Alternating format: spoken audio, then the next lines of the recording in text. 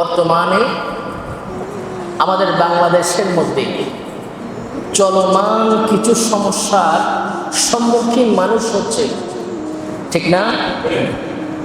ভবিষ্যতে আরো বেশি সমস্যার মধ্যে মানুষ পড়ে যাবে। এই যে সমস্যাগুলা, এখন আপনি আমাকে প্রশ্ন করতে পারেন, হুজুর সমস্যাগুলা কি? আমি যদি বাংলাদেশের চলমান যে সমস্যা, এই সমস্যাগুলোকে আঙ্গুল দিয়ে ধরে ধরে আপনাকে দেখাই দেই এবং এই সমস্যাগুলা থেকে বাইর হওয়ার সমাধানও দেখাই দেই, ইনশাআল্লাহ আমরা যারা অন্তত পক্ষে মিডিয়াতে যারা শুনবে এবং যারা এখানে উপস্থিত আছি, আমরা এই সমস্যাগুলোকে কিভাবে সমাধান করতে হয় সেই লক্ষ্যে ইনশাআল্লাহ আমরা চলব এবং মানব, ইনশাআল্লাহ বলেন। দেখেন, বাংলাদেশের মধ্যে চলমান যে সমস্যাগুলা, এই সমস্যাগুলোর মধ্যে অন্যতম এক সমস্যা, এক নাম্বার, সেটা হলো দুর্নীতি ও অসততা। আছে না নাই? আমাদের বাংলাদেশে আছে না নাই? দেখেন, আপনি বাংলাদেশের নাগরিক হিসাবে আপনাকে তিনটা জিনিস ঠিক রাখতে হবে। এক নাম্বার আপনি ব্যক্তি। এক নাম্বার কি? ব্যক্তি, আমি নিজে, আমাকে ঠিক করতে হবে আমাকে। দুই নাম্বারে আমার পরিবার, সমাজ, এটাকে আমাকে ঠিক করতে হবে। তিন নাম্বারে আমার দেশ, এটাকেও আমাকে ঠিক করতে হবে। যে যার যার অবস্থান থেকে যদি এই চিন্তা চেতনা নিয়ে আমরা অগ্রসর হই, আমাদের এই দেশটা সোনার বাংলাদেশ এখন যে কাদের? আমাদের।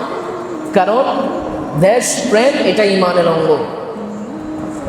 দেশকে মহব্বত করতে হবে, এই শিক্ষা দিয়ে দিয়েছেন ১,৫০০ বছর আগে রহমাতুল লিল আলামিন। সুবহানাল্লাহ বলেন। আমাদের বর্তমান বাংলাদেশের মধ্যে চলমান যে সমস্যা আছে, এই সমস্যাগুলোর মধ্যে অন্যতম একটা সমস্যা দুর্নীতি ও অসততা। আছে না নাই? জোরে বলেন না, আছে না নাই? বাংলাদেশের মধ্যে ঘুষ আছে না নাই? ক্ষমতার অপব্যবহার আছে না নাই? আরো জোরে বলেন। তারপরে সরকারি, বেসরকারি, দরকারি সব জায়গার মধ্যে অনিয়ম আছে না নাই? এগুলো করে করে আমাদের দেশটাকে শেষ করে দেওয়া হচ্ছে, ঠিক না? আজকে আপনার সন্তান, আমার সন্তান, জুমার আলোচনার বিষয় কেন বাংলাদেশের চলমান সমস্যাগুলো নিয়ে হলো। আপনি আপনার সন্তানকে ডাক দিয়ে আনেন, এনে জিজ্ঞাসা করেন আমাদের বাংলাদেশের মধ্যে বর্তমানে কোন কোন সমস্যা চলছে, সে বলতে পারবে না। পারবে? পারবে? তাকে আবার ডাক দিয়ে এনে জিজ্ঞাসা করেন আমেরিকার মধ্যে 2026 সালে মডার্ন সুপারস্টার কোন নায়িকা হয়েছে, আপনার ছেলে গড় গড় করে বলে দিবে, ঠিক না বেঠে? জোরে বলেন। এই জন্য আমাদেরকে বর্তমান প্রেক্ষাপট নিয়ে বাংলাদেশে কি চলছে, কোনটা ধরতে হবে, কোনটা ছাড়তে হবে, আমার সন্তানকে, আপনার সন্তানকে সেটার শিক্ষা দেওয়া বর্তমান যুগে আমাদের জন্য ফরজ হয়ে গিয়েছে। আমাদের দেশের মধ্যে এক নাম্বার দুর্নীতি এবং অসততা।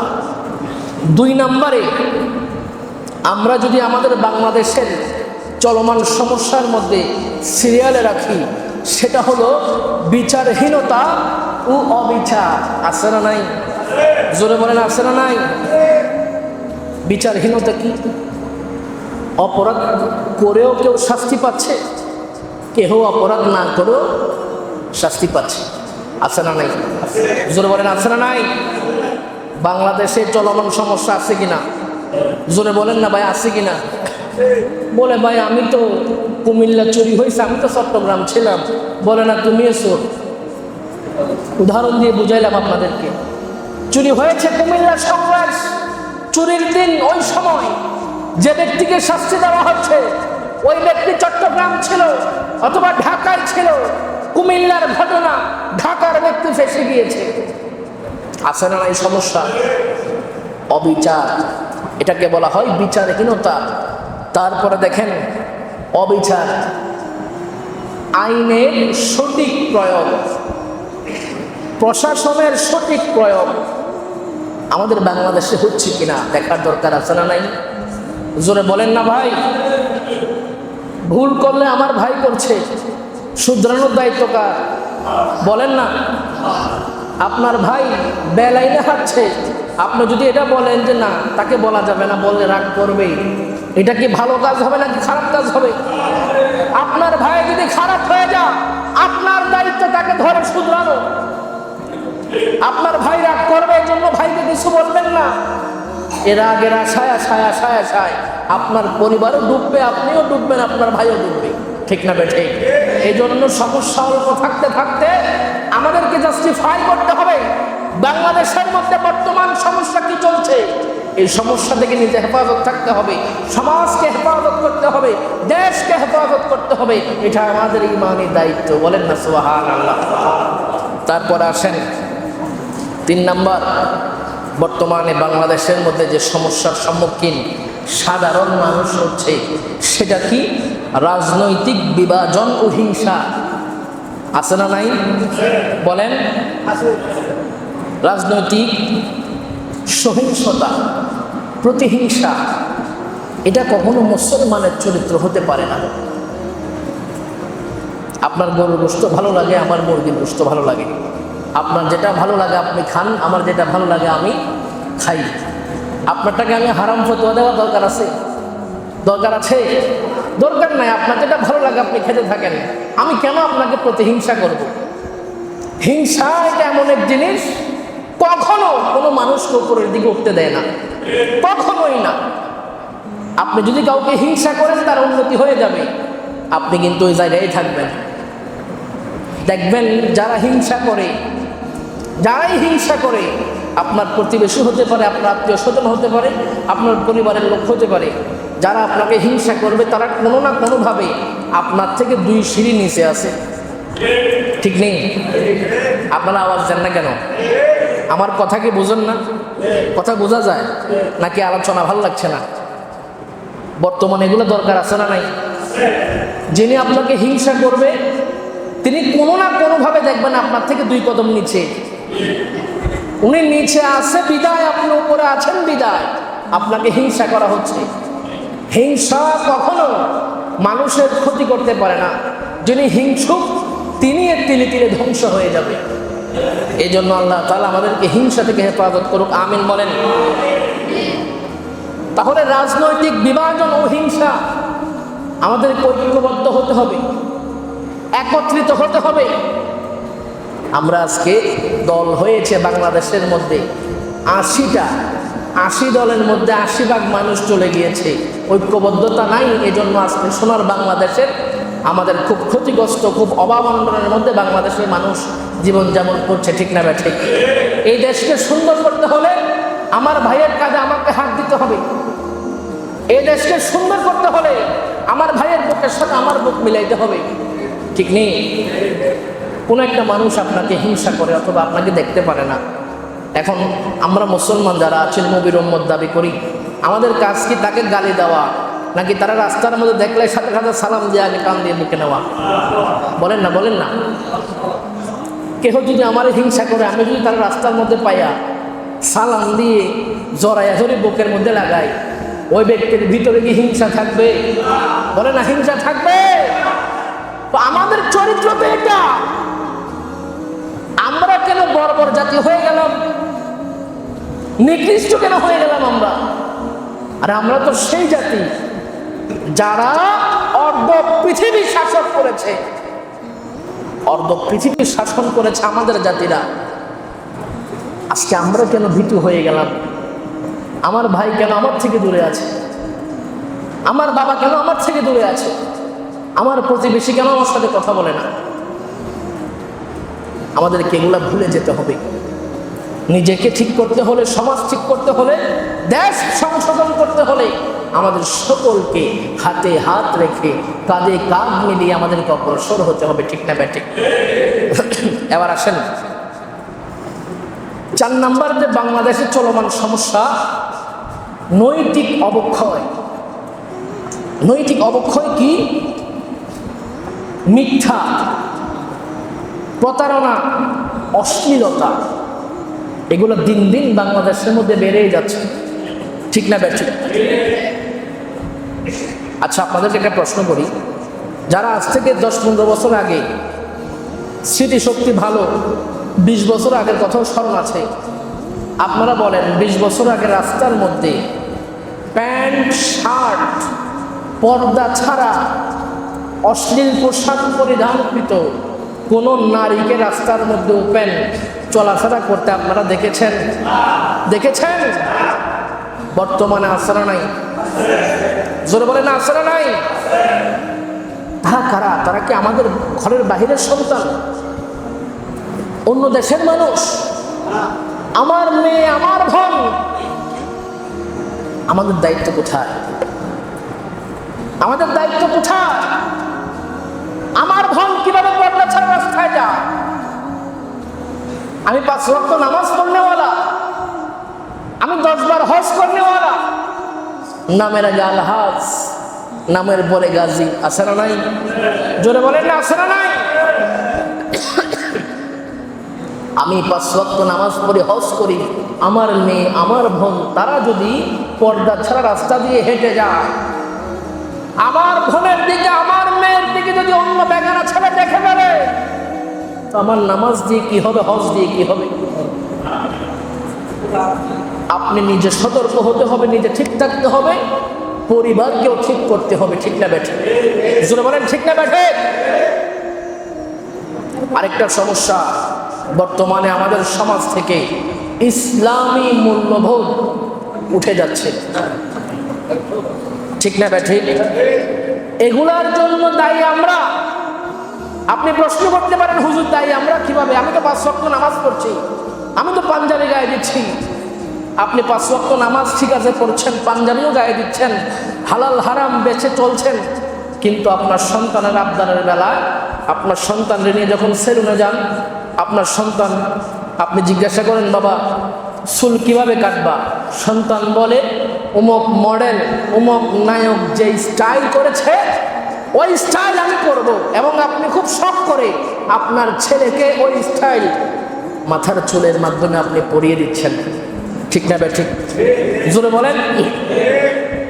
আপনার সন্তানকে নিয়ে মার্কেটে গেলেন, শার্ট পরবে, পাঞ্জাবি পরবে, গেঞ্জি পরবে, জামা কাপড় যাই পরুক, আপনি ফলো করছেন কাকে? আমেরিকার অমুক নায়ক এরকম একটা শার্ট পরেছে, আমার ছেলেও ওই নায়কের মতো শার্ট পরবে। আমেরিকার ওরকম নায়ক ওরকম প্যান্ট পরেছে, জুতা পরেছে, সানগ্লাস পরেছে, আমার ছেলে এরকম ভাবে পরবে।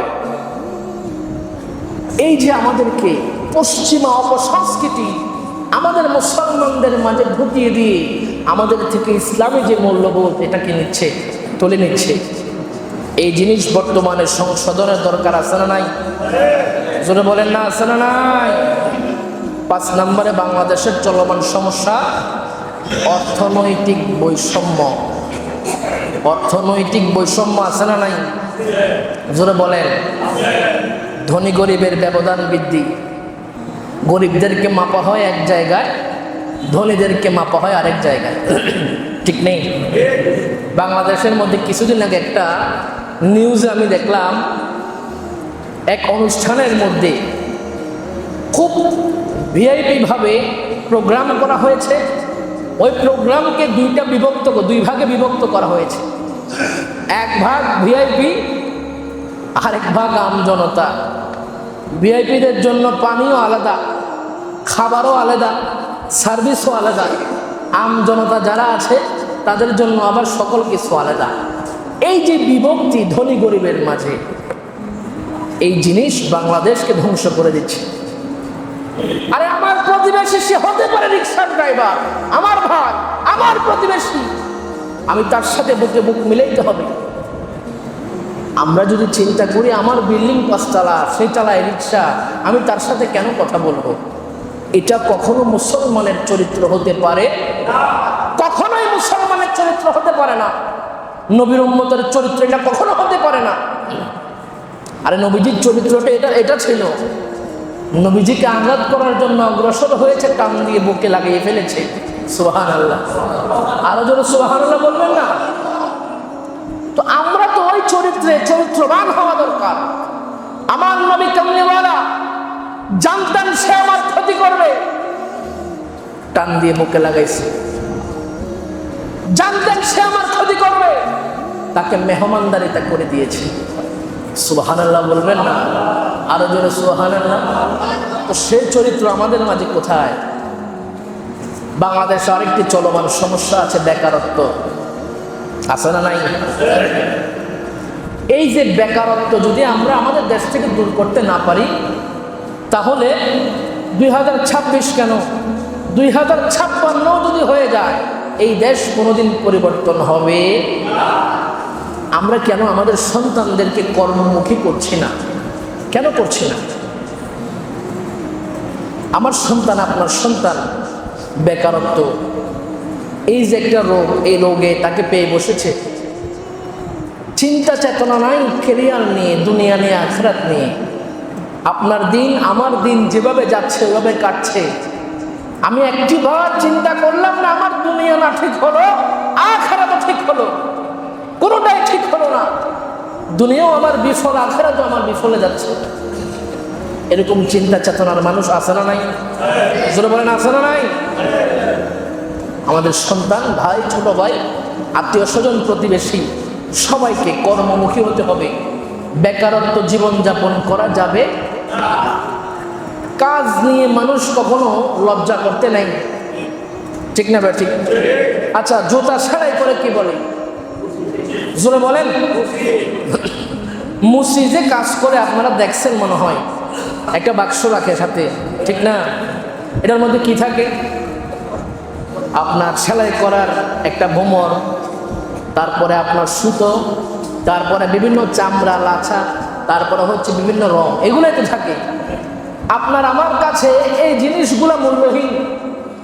কেউ যদি আমাদেরকে বলে এই বক্সটা তুলে একটু ওই পাশে রাখো, আমরা ধরতে চাইবো না, বলে যে না এটার মধ্যে ময়লা আছে, ঠিক না? ঠিক। কিন্তু ওই মুসি যার এটা কর্ম, সে দেখবেন প্রত্যেক দিন এটা সকালবেলা হলে এটাকে কি করে? সালাম করে, মহব্বত করে। আসলে সালাম, একটা কাঠ কি সালাম করতে পারে? কাঠকে কি সালাম করতে পারে না? এটা তার যে মহব্বত, তার কর্মের প্রতি। এখন এখানে সালাম করলে আবার ফতুয়া চলে আসবে, ঠিক নেই? বলে সালাম করলে কপাল তো মাথার নিচে লেগে যায়, সালাম করা যাবে না। আচ্ছা, ধান লাগাইতে কে কে দেখছেন? হাত তোলেন। আমার কথা বুঝছেন নেই? ধান চেনেন? ধান যেটা থেকে আমরা চাউল পাই। এই ধান রোপণ করতে, বীজ রোপণ করতে কে কে দেখেছেন? একটু হাত তোলেন। সরাসরি হোক, মোবাইলে হোক, যেভাবেই হোক, আমরা অনেকেই দেখেছি। আচ্ছা, ধান রোপণ করার সময় কপাল কি এমনি থাকে? আকাশের দিকে থাকে মনে হয়। কোন দিকে থাকে ভাই? মাটির দিকে না? এটা কি সেরক হয়ে যাচ্ছে মনে হয়? হ্যাঁ, সেরক হচ্ছে না? তাহলে সালাম করলে কেন সেরক হবে? আল্লাহকে আপনার বডির দিকে দেখবে নাকি কলবের দিকে দেখবে, অন্তরের দিকে দেখবে? তো আপনার অন্তর তো বলছে আমি আমার বাবাকে সালাম করছি, সম্মান করছি, খোদা মেনে নয়, বাবা মেনে। সেরক কেন হবে? পৃথিবীর বুকে কোনো সন্তান এমন আছে যে বলবে আমার বাবা, তিনাকে আমি খোদা মেনে আমি সালাম করছি, এরকম কেউ আছে? বাবাকে আমরা বাবা জেনে সম্মান করি, পায়ে ধরে সালাম করি। আমরা যে সালাম করি, সালামের মধ্যে ভুল আছে না নাই? ভুল কি? হাদিস শরীফের মধ্যে আছে কদমবুচি করার জন্য। কদমবুচি মানে হাত দিয়ে সালাম দেওয়া নয়, কদমবুচি মানে পায়ের মধ্যে চুম্বন করা, পায়ের মধ্যে চুমা দেওয়া। মা বাবার কয়জন দেন? বলবেন হুজুর হাত দিয়ে সালাম করে কত বড় ফতোয়ার শিকার হয়েছি, আর পায়ের মধ্যে চুমা দিলে তো আমার একবার ধর্মের থেকে বাইর করে দিবে, ঠিক না? ঠিক। জোরে বলেন। সুন্নাত হচ্ছে কদমবুচি করা। কদমবুচি মানে কি? পায়ে চুম্বন করা, মা বাবার পায়ের মধ্যে চুমু দেওয়া। যেটা আমরা শিক্ষা পেয়েছি বড় বড় আলেমদের থেকে, আমাদের তরিকার শায়েখদের থেকে, বড় বড় ইমামদের থেকে, যিনারা মায়ের পায়ে চুমু দিয়ে জগৎ বিখ্যাত ওয়ালি হয়েছে, সুবহানাল্লাহ বলেন, মায়ের পায়ে চুমু দিয়ে জগৎ বিখ্যাত আলেম হয়েছে। যে ছেলের কোনো মূল্য ছিল না, ওই ছেলে মায়ের কদমে চুমু দিয়ে অমূল্য হয়ে গিয়েছে। অমূল্য বলবেন কিভাবে? তিনি পৃথিবী থেকে বিদায় হয়েছে 300 বছর আগে, এখনো পর্যন্ত মানুষ তাকে স্মরণ করে। মূল্যবান কিনা? জোরে বলেন না, মূল্যবান কিনা? আমার খাজা গরিবে নওয়াজ আজ থেকে 900 বছর আগে পৃথিবী থেকে কি করেছে? পর্দা করেছে। এখনো স্মরণ হয় কি হয় না? জোরে বলেন না, হয় কি হয় না? আর যারা এগুলাকে বেদাত ছিল, খারাপ ফতোয়া দিয়েছে, 5 বছর 7 বছর লাগে না, 2 বছরের মধ্যে মানুষ ভুলে গিয়েছে কেউ যে একজন ছিল ফতোয়া দেনেওয়ালা। ঠিক না বা ঠিক? কেউ একজন ছিল যিনি কদম বুসির ব্যাপারে হারামের ফতোয়া দিয়েছে, কেউ একজন ছিল যিনি সালামের বিপক্ষে কথা বলেছিল, কেউ একজন ছিল যিনি সকল কথায় কথায় হারাম, শিরক, খারাপ এগুলোই বলতো। তেনাকে মানুষ আর স্মরণ করছে না। কাকে স্মরণ করছে? যিনি কদম বছি করে দামি হয়ে গিয়েছে, অমূল্য হয়ে গিয়েছে, তিনাকে মানুষ স্মরণ করছে। এবং কোরআন বলে কিয়ামত পর্যন্ত যতদিন আল্লাহর জমিন থাকবে, আসমান থাকবে, এই ফল বৃক্ষলতা মানুষ থাকবে, সকল কিছু থাকলে তাদেরকে স্মরণ করতেই হবে। মানুষ তাদেরকে ভুলবে না। এখন আপনি বলবেন এই মসজিদ, এটা আমাদের মসজিদ, এখানে করব না। আপনি এখানে না করেন, অন্য আরেক মসজিদে হচ্ছে, অন্য আরেক মসজিদে না করেন, আরেক মসজিদে হচ্ছে, বাংলাদেশের কোথাও না কোথাও হচ্ছে। এখন আপনি অনেক ক্ষমতাবান, তাকাতবার মানুষ, সারা বাংলাদেশ থেকে আপনি এগুলো তুলে দিলেন। তুলে দিয়ে লাভ হবে কি? আল্লাহ ফেরেশতাদেরকে পাঠিয়ে উদযাপন করছে। সুবহানাল্লাহ বলেন না। আপনার দেশের জিনিস আপনি বন্ধ করে দিলেন, আপনার ক্ষমতা যতটুকু আছে আপনি প্রয়োগ করে শেষ করে দিলেন, কিন্তু আল্লাহ যে ফেরেশতা পাঠিয়েছে উদযাপন করার জন্য, ওইটা বন্ধ করার কারো বাবার ক্ষমতা আছে? ক্ষমতা আছে? প্রধানমন্ত্রী হলেও ক্ষমতা নাই। আপনি যদি 5 দেশের প্রধানমন্ত্রী হন, সারা বিশ্বের সবচাইতে ধনী ব্যক্তি হন, তারপরেও আল্লাহ যে নির্দেশ দিয়েছে ওইটা বন্ধ করার ক্ষমতা কারো। তাহলে আমরা বুঝলাম মায়ের কদমে, বাবার কদমে চুমু দিয়ে কি হয়েছে? মূল্যবান হয়েছে। সালাম করতে হবে। ঠিক না ঠিক? তারপরে দেখেন 6 নাম্বার আমাদের এই বাংলাদেশের মধ্যে যে চলমান সমস্যা আছে সেটা হলো শিক্ষা ব্যবস্থার দুর্বলতা। আছে না নাই? আপনারা হয়তো আমার কথায় অনেকেই খারাপ লাগতে পারে, স্বাভাবিক লাগতে পারে না? আমরা ছিলেন আমরা অথবা জলপাই, মিষ্টি নাটক বলেন না? আমাদের শাইন ভাই কয় মিষ্টি, জলপাই টক আছে না? তেঁতুল কি তেঁতুল টক। এখন এটা কারো কাছে ভালো লাগে, কারো কাছে খারাপ লাগে, কিন্তু স্বাস্থ্যের জন্য উপকার কিনা? বলেন না ভাই? কিরা আপনারা কি আমার উপর রাগ? একটু আওয়াজ জান না ভাই? উপকার কিনা? তেঁতুল কারো কাছে টক লাগার কারণে খায় না, কিন্তু এটা স্বাস্থ্যের জন্য কি উপকার। এখন আমার কথাগুলো কারো কাছে খারাপ লাগতে পারে, কিন্তু সেটা সমাজের চাহিদা, দেশের চাহিদা, মুসল্লিদের চাহিদা। আসরের ময়দানের মধ্যে আপনি যদি একটা অপরাধ করেন, আমি এখানে যতদিন থাকবো প্রত্যেক দিনের জবাবদিহিতা আমাকেও করতে হবে।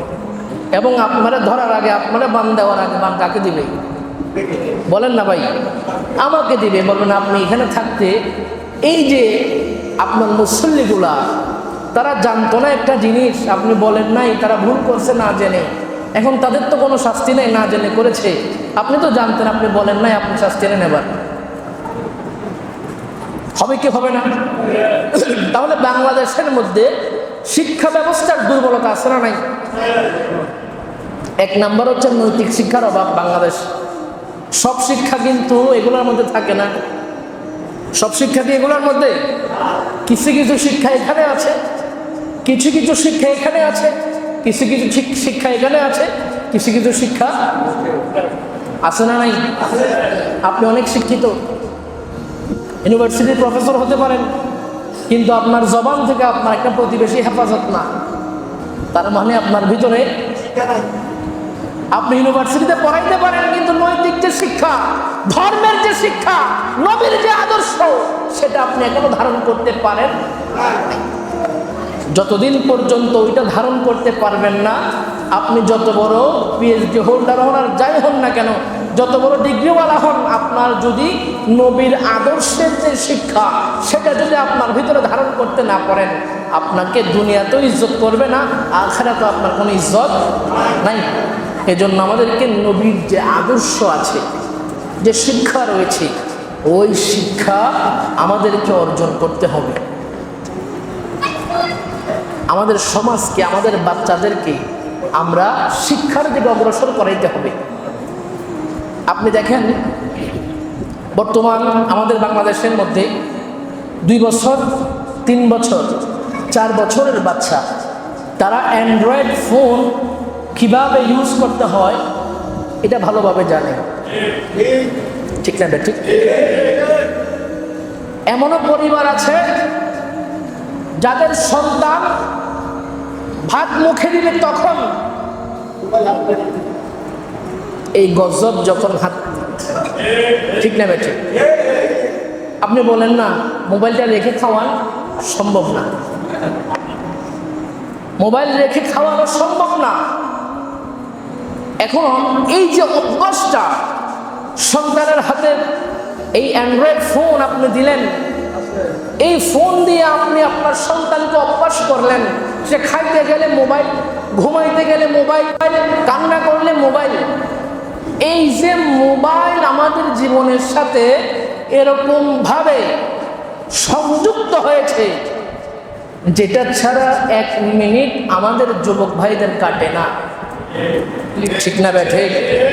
জোরে বলেন। এখন যুবকদের কথা বলতে বলতে বলতে বলতে শিশু যারা আছে তাদেরকেও এই নেশায় ধরে ফেলেছে, তারাও এই রোগে আক্রান্ত হয়ে গিয়েছে।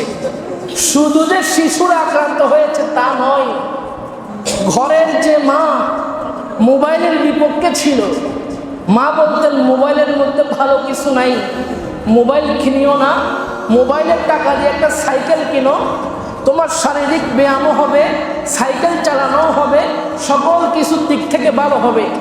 ওই মায়ের হাতেও এখন অ্যান্ড্রয়েড ফোন। সন্তান, স্বামী কাজে থেকে এসে বলে আমারে পানি খাওয়ান, বলে নিজের পানি নিজে খেয়ে ফেলেন, আমি এখন সিরিয়াল দেখছি। আছে না নাই? বলে না, আছে না নাই? বলে ভাত খাওয়ান, বলে যারা ভাত খাওয়াইতে পারবো না এখন। কেন? আধা ঘন্টা পরে। আধা ঘন্টা পরে কেন? বলে 9টা থেকে 9:30 আমার সিরিয়াল আছে, এটা দেখতেই হবে, এটা ছাড়া আমার রাতে ঘুম হবে না। মায়েদেরকেও আসক্ত করেছে কি? Mobile phone. বাবারা কি বাদ আছে? বাবারা কি বাদ আছে? বাবাদের হাতেও ফোন আছে না নাই? জোরে বলেন। বাবাদের হাতেও ফোন আছে। আগের মানুষ অবসর সময় কেহ কেহ গান গাইত, ঠিক না? ইসলামিক মাইন্ডের হলে দুরূদ শরীফ পড়তো, জিকির করতো, তাসবিহ তাহলিল পড়তো, কেউ কোরআন তেলাওয়াত করতো, অথবা সুযোগ হলে পরিবারকে সময় দিত। এখন দেখবেন একই পরিবারের 5 জন ব্যক্তি একসাথে বসেছে এক টেবিলে, কারোর সাথে কারো কোনো কথা নাই, সবাই সবার মতো ব্যস্ত। দেখবেন শুধু আছে না নাই? সন্তান বাবা থেকে যে নৈতিক শিক্ষা নেওয়ার কথা, ওই শিক্ষা বাবা দিতে পারছে না, কারণ বাবার হাতে সময় নাই।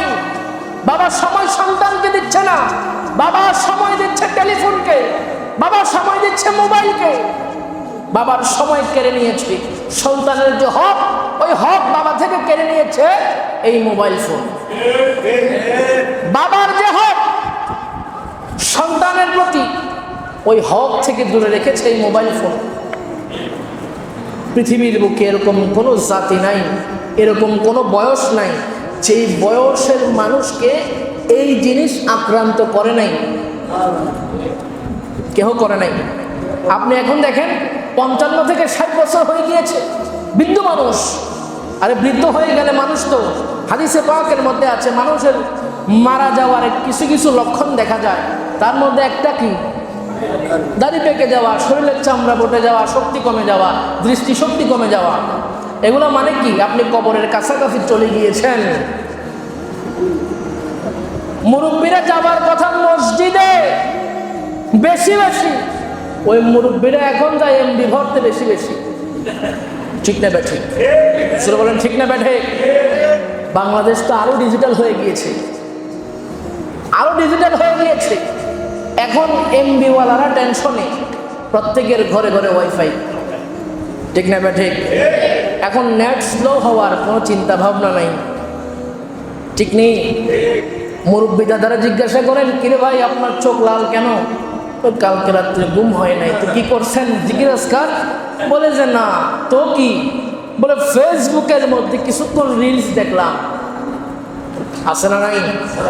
শুনে বলেন আছে না নাই? এগুলো আমাদের বাংলাদেশের চলমান সমস্যা। এগুলো থেকে আমাদেরকে বাইর হইতে হবে। কেন বাইর হইতে হবে? নিজেকে হেফাজত করার জন্য, সমাজকে হেফাজত করার জন্য, গোটা দেশকে হেফাজত করার জন্য। দরকার আছে না নাই? জোরে বলেন দরকার আছে না নাই? যতটুকু পারবেন এই গজব থেকে দূরে থাকবেন। এখন মানুষ এটার সাথে এরকমভাবে জড়িয়েছে, এটা ছাড়া মানুষের জীবন চলা বড় দায়, অচল হয়ে যাচ্ছে মানুষ। তবে যারা ব্যবহার করছেন ভালো কিছু ব্যবহার করার চেষ্টা করবেন, এই জিনিস দ্বারা ভালো কিছু ব্যবহার করার চেষ্টা করবেন। আর শিশু সন্তান, ছোট বাচ্চা যাদের ঘরে আছে, এটা কমপক্ষে 10 হাত দূরে রাখবেন। 10 হাত দূরে রাখবেন। আপনার বাচ্চার মেধা খেয়ে ফেলছে, দৃষ্টিশক্তি খেয়ে ফেলছে, জবান শক্তি খেয়ে ফেলছে, সমস্ত কিছু নষ্ট করে ফেলছে এই মোবাইল ফোন। এই মোবাইল ফোন, অথচ এই জিনিস আমরা কি? আচ্ছা, আপনার সন্তানের বয়স 1 থেকে 1.5 বছর, 2 বছর, তার হাতে বিষের বোতলের মুখ খুলে এভাবে আপনি দিবেন? কখনো দিবেন? কেন? যে কোনো সময় পান করে ফেলতে পারে, ঠিক না? তো এটা তো বিষের থেকেও খারাপ, এটা বিষ থেকেও খারাপ। বিষ খেলে আপনার সন্তান একেবারে সাথে সাথে কি মারা যাবে। আপনি কিছুদিন কান্নাকাটি করবেন, হাই হুতাশ করবেন, আফসোস করবেন, শেষ। কিন্তু এই জিনিসে আসক্ত হলে ওই সন্তান যদি 60 বছর পৃথিবীতে থাকে, এই 60 বছর আপনার পরিবার শেষ করে ফেলবে, নষ্ট করে ফেলবে। এমনও পরিবার আছে বাবা দিন এনে দিন খায়, সংসার ভালো করে চলে না, কিন্তু সন্তানের আবদার আমাকে 30,000 টাকা দিয়ে আইফোন কিনে দিতে হবে, না কিনে দিলে ঘরের জিনিসপত্র নষ্ট করে ফেলবো। আবার পিতা খুন হয়েছে সন্তানের হাতে, এটাও আমরা দেখেছি, ঠিক না? আল্লাহ তাআলা চলমান আমাদের বাংলাদেশের এই সমস্যাগুলো থেকে আমাদেরকে হেফাজত করুক, আমিন বলেন। আরেকটা সমস্যা আছে, 1 মিনিটে বলে দিচ্ছি। অকটেন পেট্রোল আছে না নাই? আমাদের একটা হচ্ছে দিক দিয়ে তেলেকোনা পাম্প, কাশিরাপট্টি পাম্প, এগুলার আশেপাশে দিয়ে এখন যাতায়াত করা মুশকিল, ঠিক কিনা? আমি আপনাদের উদ্দেশ্যে বলছি, বাংলাদেশে মানুষ ওই যে একটা কথা বলে হুজুকে বাঙালি, সিলে কান নিয়ে গেছে, কানে হাত না দিয়ে আমরা কি করছি? সিলের পিছনে দৌড়াচ্ছি। এই যে তেল নিয়ে বর্তমানে বাংলাদেশের সমস্যা কেন হচ্ছে? তেল আমাদের দেশে পর্যাপ্ত পরিমাণ মজুদ করা আছে, তেল নিয়ে সমস্যা হওয়ার কথা না। এখন সমস্যা কেন হচ্ছে? মনে করেন আপনার মোটর সাইকেলে তেলের প্রয়োজন 2 লিটার, আপনি এখন ওই যে খবরে কে জানি একটা বলছে সিলে কান নিচ্ছে, আপনি দৈনিক গিয়ে 1000 টাকার করে তেল ঢুকাচ্ছেন মোটর সাইকেলে, তাহলে তো সংকট হওয়ার কথাই। কারণ আপনি চাহিদার বাহিরে কি করছেন? অপচয় করছেন। অপচয় কখনো এটা ইসলাম সমর্থন করে না। আমাদেরকে অপচয় থেকে হেফাজত করতে হবে। আর যে ব্যক্তি সারা জীবন কোনোদিন মোটর সাইকেলে 1000 টাকা তেল ভরে নাই, ওই ব্যক্তি সপ্তাহে 3 বার 1000 টাকা করে তেল ভরছে। ঠিক না ভাই? ঠিক। অযথাই ভাই, হুদাই একেবারে। বিভিন্ন নিউজের মধ্যে দেখলাম তার মোটর সাইকেলের মধ্যে আপনার তেলের ট্যাঙ্কি একবারে ফুল আছে, আবার গিয়েছে তেল নেওয়ার জন্য। তো সমস্যা তো তারা করছে, সমস্যা তারা করছে। আমরা এগুলো করব না। আমাদের জীবন আগে যেভাবে স্বাভাবিক ছিল ওইভাবে স্বাভাবিক থাকবে। মোটর সাইকেল ছাড়া কি ভাই জীবনযাপন করা যাবে না? তো সমাধান তো আমাদের হাতে। আজকে তৃতীয় পক্ষকে আমরা সুযোগ করে দিচ্ছি ব্যবসা করার জন্য। ঠিক না ভাই? ঠিক। আর কিছু কিছু জায়গার মধ্যেও তেল মজুদ করে মানুষকে হয়রানি করা হচ্ছে। এগুলো থেকে আল্লাহ আমাদেরকে হেফাজত করুক, আমিন বলেন। তবে আমাদের যে অভ্যাস আছে, অভ্যাস পরিবর্তন করতে হবে। আল্লাহ তাআলা তৌফিক দান করুক। সকলে বলে আমিন। ওয়া আখিরু দাওয়ানা আলহামদুলিল্লাহি রাব্বিল আলামিন। আসসালামু আলাইকুম।